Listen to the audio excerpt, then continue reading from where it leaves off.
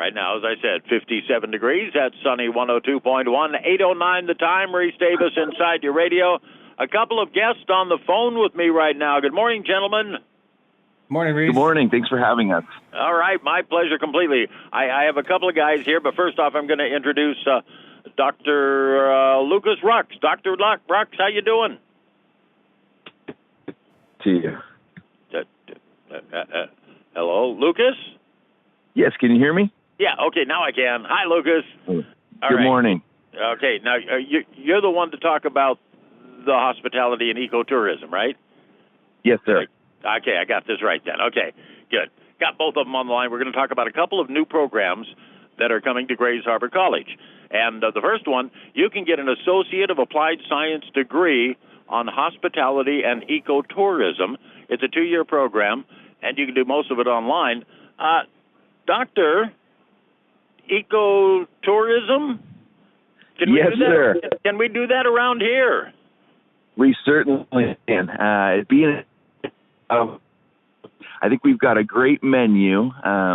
Looking around, getting to know our employers, looking at some data. That was one of the things that we're missing. We live and work in a beautiful area. Lots of natural outdoor beauty, observable beauty, as well as things we can interact with outdoors. So I think we've got a great season, a great hospitality set of employers, but I think we can do more with our outdoor recreation and management. Okay, now hospitality and ecotourism, you get an applied science, Associate of Applied Science degree on that. And okay, I take the 2-year course, mostly online. Where can I go? What can I do with that? Oh, well, it's a 6-quarter program, so we're going to expose you to a lot of different types of employers, and it does end with an internship. So I would hope that you are, by the end of your 2 years, I'm hoping that you're already working with somebody in a sector, in a field that you're interested in. But some of the common sense things we think about: hotel management, gaming management, maybe event planning, seasonal conference planning. There's also some things that I think the area can do more of. How about guided kayak tours? How about fishing expeditions? I'm a fan of the Alien Festival, the Sasquatch Fest, those kinds of things. How about the Cranberry Festival? I mean, there's a lot of things that we don't think about maybe in our day-to-day that the area offers. And people can take this course, and then they can go out and get jobs promoting those activities, managing those activities and the such? Correct. Yeah. Supply chain, event management, marketing, those kinds of skills. We need more of those in our area. It'll help diversify the economy, but I think there's already some jobs there. Looking at the U.S. Labor Bureau statistics, in the next 10 years, hotel management is going to grow by 7%, and those are great family wages already. And there's jobs, along our coastline already that are ready to hire our graduates. That's right, exactly. A lot of them along the coastline. But now, can I take this degree anywhere? You certainly can. You don't have to live in Aberdeen or Hoquiam. We're going to offer classes, when we get back to normal, in person, Aberdeen, Ilwaco, Raymond. But you can be anywhere and take these classes online. You can actually finish the entire 2-year degree online. Okay, now once I finish, can I go to Vegas and run a casino? I think you can. There are already casinos outside of our area that have called about this along the I-5 that are looking for interns. The casino management field has not slowed down. Okay, yeah. I was just wondering if I could go out of this area with that degree, and then so anywhere that there's tourism or hospitality, then I can use this degree and go off and make my fortune, huh? That's exactly right. Anywhere that's got recreation, conferences, casinos, I think you'd be all right with this program. So this is one of those programs where if you work it right, you get your degree, and you want to live someplace else in the world. This degree is something that could take you to someplace else in the world. I think so. I think this is the kind of degree where you pick a nice place to live. I think Aberdeen, Hoquiam along our coastline are beautiful. But if you want to leave the area, I think this is a degree you take with you. All right. That sounds fantastic. Okay. Now, what about classes? When do they start? What do I have to do? Classes start this fall. Our first day of the quarter is September 21st. Right now it's online, so we've got a whole gamut of online services. Think of it walking on campus. You walk in, you've got all your student services laid out. We're doing that right now virtually. So there's a link. It probably is too long for me to read, but there's a link at ghc.edu where you can walk in virtually and get all the help you need to get set up. Most students are going to take 3 classes per quarter. It's probably a good load. But every quarter we start this program. So you can jump in fall, winter, spring. And everything's online, so we'll help you figure out technology, make sure you're all set up for success. Probably by middle to late August, I would say. You want to be sure that you're all dialed in to make sure your technology is good from home. And then the classes officially begin past the middle of September then? Correct. September 21st is day 1. Online? Yes. Yeah. Mm-hmm. But now if things happen positively in regards to the COVID, and classes open up again at the college, will there be in-person classes too? There will be. There's a series of marketing and human resource classes that I would like to do both online and in person as soon as we're allowed to. And eventually, with enrollment, I would love for you to have the full option, whether it's 100% online or 100% in person, or a mix and match. Hey, I think this class is going to be easy. I want to do this one online. I'm a little bit worried about marketing, so I'm going to come and do that one in person. I think we're a couple months away from this COVID thing yet. So right now it's all online, but yeah, I'll have options for you next year. Excellent. Sounds great. It's a 2-year program just starting up this fall. And once again, go to ghc.edu. And you can get yourself started virtually and getting yourself enrolled and find out more about the Associate of Applied Science degree on hospitality and ecotourism. That's right? That's it. You got it. Thank you. Hey, all right, okay. Now, thank you very much, Doctor. Appreciate it. Dr. Rucks, Sure. who will be leading up that program. Hey, Ralph, you there? I am. Morning, Reese. Ralph Hogaboom is here. And now we're going to talk about playing games at college. Now we're talking. And I mean video games at college, right? Yes, sir. All right. Now, this is something that's going to catch a lot of people's attention because, I mean, everybody's playing video games now. So go ahead and go to college and play video games. Esports is coming to Grays Harbor College, right? Yes, sir. Yes, sir. Okay, this fall, oh, no, go ahead. I was just going to say, esports, maybe we got familiar with that. I know that NASCAR ran e-racing, when they were shut down. I think there was some e-baseball going on when it was shut down. Mm-hmm. But now there's a whole, colleges are getting involved with this, and they're actually having competitions, aren't they? They are. It's not just colleges either. I would say the last 5 years have seen a really explosive growth in esports. Did you know in 2019, there were, I think, 98.8 million people that watched the Super Bowl, and there were over 100.2 million people that watched the League of Legends World's Grand Championship? I'd heard that the esports, and these guys make money if they're big winners, don't they? They do. Actually, in the United States, they've recently been reclassified so that if you're an esports athlete, you are classified as a professional athlete in terms of travel restrictions and your earnings, how you declare your earnings. It's the same taxation rights as professional athletes.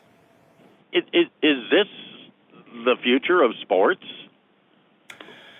Yeah, that's a really interesting question. I don't know about that because I think traditional sports they do hit a slightly different pitch than esports does, but I think you're going to continue to see esports muscle its way in there and say, hey, no, we're here to stay. Uh-huh.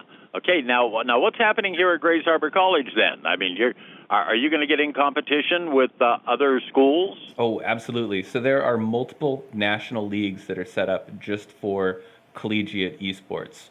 TESPA is one that started out of Texas. NACE is the National Association of Collegiate Esports. There's also CSL, the Collegiate Star League, and the NJCAAE, the National Junior College Athletics Association Esports Division. And the really exciting thing about these, Reese, is this gives our students the potential to bring home a national championship. I will tell you that last fall, Centralia brought home a national championship for Super Smash Bros. Ultimate. And I can tell you that this year I want to take it away from them. A national championship can be here at Grays Harbor College through esports. Oh, I'm That's so fantastic. excited. Absolutely. And we do have some scholarship money available for students who play some of these titles. We want to make sure that people get in there. The college says, look, we want to make this accessible to everybody. If you've got the skills or the desire and you can back it up, we want to see you play wearing one of our jerseys. and if you can back it up, not just bragging, but you got to prove that you can play, huh?